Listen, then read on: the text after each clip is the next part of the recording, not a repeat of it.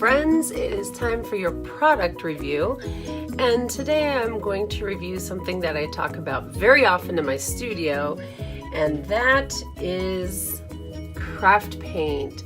But today I'm going to tell you some paint that you definitely want to buy and some paint that you need to stay away from, because there are all levels of craft paint, from very cheap, very poorly done craft paint that contains a lot of water and not a lot of pigment and actual acrylic paint, to very good, high quality, but still craft level paint with just a tiny bit of a higher price tag. And those are the craft paints that you need to go for. So let's take a few minutes. Remember, these are 3 to 5 minute reviews, and let's begin.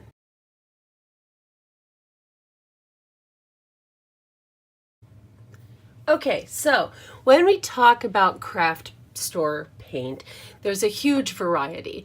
So I'm going to show you some of the ones I have, the ones that are absolutely not worth your money, that you do not want to buy, to the ones that you do want to buy. JOANN Fabrics, and it's called Craft Essentials.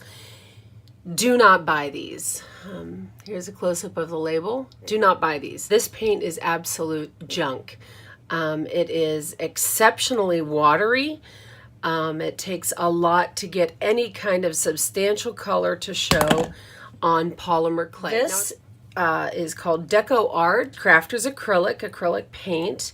This is a wonderful paint to use on polymer. I use it often. It's not my favorite brand, but it is decent. It has a lot of pigment in it. Whole range of colors is good. So this is good, and when it goes on sale, you can get 2 bottles for $1, so you can't beat the price. My absolute favorite brand, though, is AMERICANA. This one is a little bit more expensive and rarely goes on sale. It ranges from $1.19 a bottle to $1.39 a bottle. I reach for this more than others.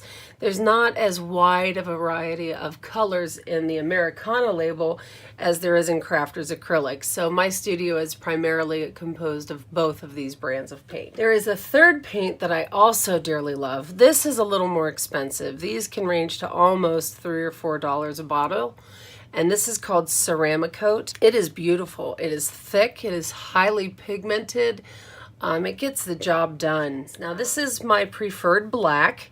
My preferred black is CRAFTER'S acrylic. Nothing fancy about it. It's just black. It does dry with a sheen to it. The other thing that you may want to consider, depending on what you're doing, is an acrylic paint pen. These are my preferred brand. I find that they're very reliable. You have to order them online. They do not carry them in the States. They're called POSCA pens, and it's just a loaded paint pen with real acrylic paint. I don't often use black or white.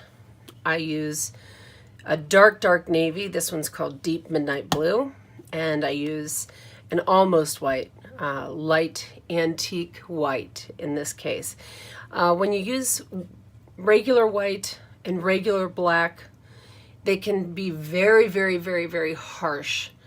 And I don't like that harshness on my clay. Most of my figurines, even in the center of their eyes, it's rarely black. It is often a very dark navy.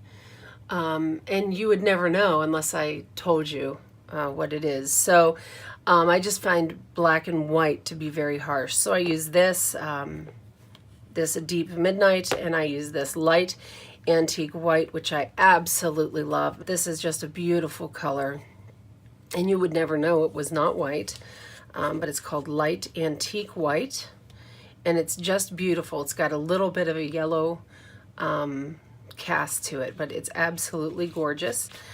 The other color that I also use is called Titan Buff, and this is the AMERICANA brand, and I buy it in a larger, clearly a larger bottle. This is very, very, very similar, and it's called Titan Buff, but this is a little bit thicker and this is a little bit thinner. So it depends on what I'm using it for as to which one of these I use, but they're almost identical. This is the only tube of very expensive paint I have.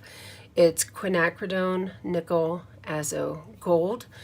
You have to get this at art stores. They don't carry this at craft stores, even craft stores that carry golden artist colors, because most of them do not have these fancier colors. This is about a $17 to $22 bottle of paint. This adds a nice antique but yet metallic flash to your project. My Egyptian, and I really like this, my Egyptian antiqued tin that I made. You can see this whole, it looks like orange metallic, is this quinacridone nickel lazo gold. And every once in a while I just want that, and so I aged the tin and made this Egyptian themed with the faux enameling in here and some other things, but the primary metallic paint was this quinacridone nickel lazo gold. And I really liked the effect that it gave. And you can do all kinds of things with that paint. But it is very, very spendy, but it is one of my favorites for that reason. So you can check into something like this and get a few expensive ones that have that metallic finish to add some depth to your projects. That is all on our paint review for today. So I hope you enjoyed it, and I will see you next month for your review. Bye guys.